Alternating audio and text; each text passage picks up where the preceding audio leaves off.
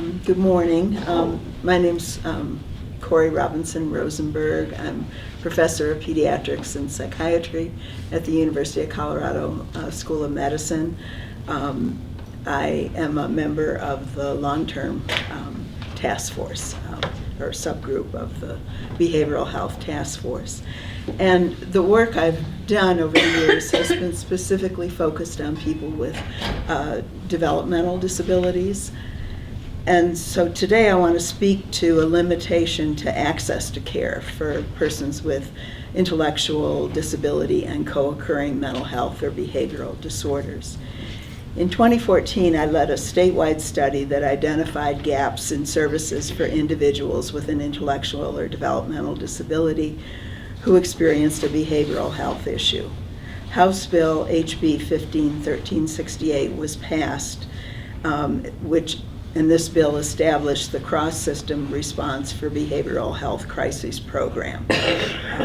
It was located in two areas in Colorado, Larimer County and Grand Junction. And the purpose of the program was to help address the gaps in services identified in the gap analysis and directed the Department of Healthcare Policy and Finance to conduct a series of cost analyses. The overriding expectation of the pilot was that operational findings from the pilot and actuarial study would lead to recommendations to ensure that individuals with IDD are fully included in the Colorado behavioral health system and are supported in the Colorado Crisis Services Program. In theory, the pilot had the necessary tools to operate efficiently and effectively so that findings could inform actions needed if the vision of fully including individuals with IDD in the Colorado behavioral health system and Colorado Crisis Services was to be realized. To realize this vision, we think there are three courses of action needed, and the one I wish to speak to today is the need for clarification of access to mental health care and payment responsibilities for care.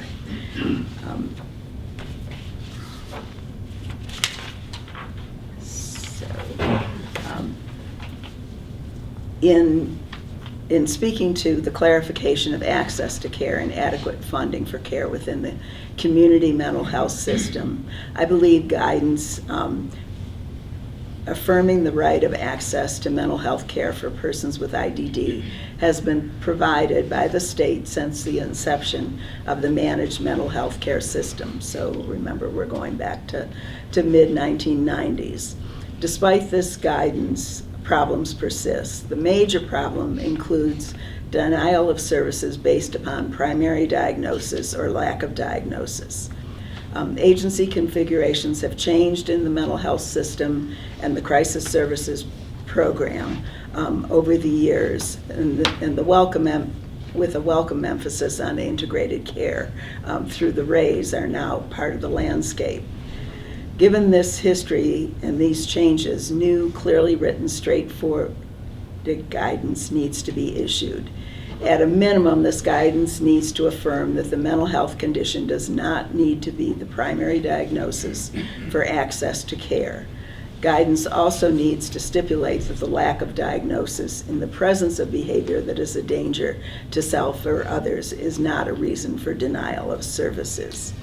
In the behavioral health contracts, there's another letter before, but now it's Exhibit H. And this exhibit contains considerable detail about rules for who pays. As an outsider, this back and forth seems silly to me, given that regardless of agency, it is the state that pays, either under capitated mental health or fee-for-service Medicaid. But of course, therein lies the answer. Different agencies quibbling over whose bottom line is impacted. Does the pay source have implications for the raise? This is a question I have, and I have many questions about the Exhibit H and the implications, but I would close by saying that I truly think that this issue of access to care for this population, and also for those with traumatic brain injury, really needs to be addressed in the guidance that the mental health centers and the crisis services operate under, and there needs to be systematic education around what are the options for intervention for these populations. Thank you.